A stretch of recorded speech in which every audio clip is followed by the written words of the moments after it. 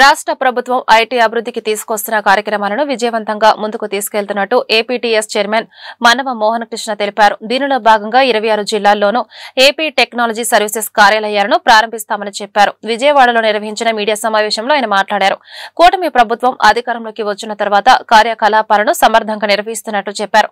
సాంకేతిక cyber security సేవలను మరింత విస్తరిస్తామన్నారు. ఏపీ అంతటా డిజిటల్ పాలనను ముందుకు తీసుకెళ్తున్నామని వివరించారు. రాష్ట్రంలో సైబర్ సెక్యూరిటీ విధానాలను అమలు చేసే నోడల్ ఏజెన్సీగా ఏపీటీఎస్ వివిధ రకాల సేవలను అందిస్తుంది. కంప్యూటర్ ఎమర్జెన్సీ రెస్పాన్స్ టీంలో ఈ సంస్థ నమోదైంది. కీలకమైన సైబర్ సెక్యూరిటీ ఆడిట్లు, భద్రతా బలహీనతలను అంచనా వేసి వాటి పరిష్కారానికి చొరవ చూపే సామర్థ్యం మాకుంది.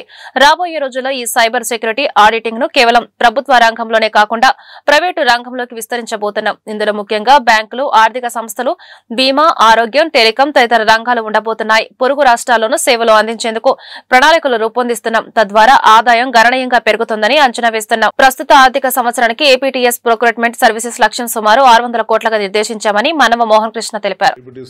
మొదటి గుర్తొచ్చేది ప్రొక్యూర్మెంట్. కూటమి ప్రభుత్వం వచ్చాక ఈ ప్రొక్యూర్మెంట్ ప్లాట్ఫామ్ ద్వారా 55,486 టెండర్లు ప్రచురించబడ్డాయి.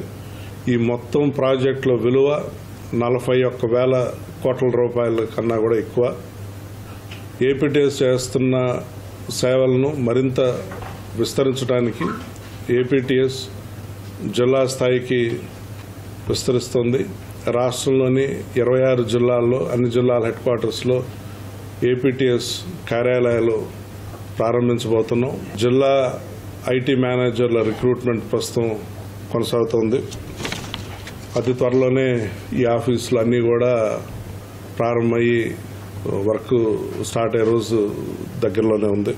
ఏపీటీఎస్ ఇలా జిల్లా స్థాయికి విస్తరించడం వల్ల డిస్ట్రిక్ట్ లెవెల్ ఐటీ గవర్నెన్స్ని స్ట్రెంథన్ చేయడానికి, ఐటీ ఇన్ఫ్రాస్ట్రక్చర్ అండ్ ప్రొక్యూర్మెంట్స్ని మరింత విస్తరించడానికి ఇన్ని బహుముఖ కార్యక్రమాల ద్వారా ఆంధ్రప్రదేశ్ అంతటా డిజిటల్ పాలనను ముందుకు తీసుకెళ్లటాన్ని, సైబర్ సెక్యూరిటీ వ్యవస్థను మరింత పటిష్టపరచడానికి, ప్రొక్యూర్మెంట్స్ని మరింత పెంచడానికి, రాష్ట్రంలో టెక్నాలజీ సేవలను మరింత విస్తృతపరిచి ఐటీ అభివృద్ధిని ప్రోత్సహించడానికి, తద్వారా ఈ రాష్ట్రంలో ఉద్యోగాలు, ఉపాధి, ఆదాయం పెరిగి రాష్ట్రాభివృద్ధికి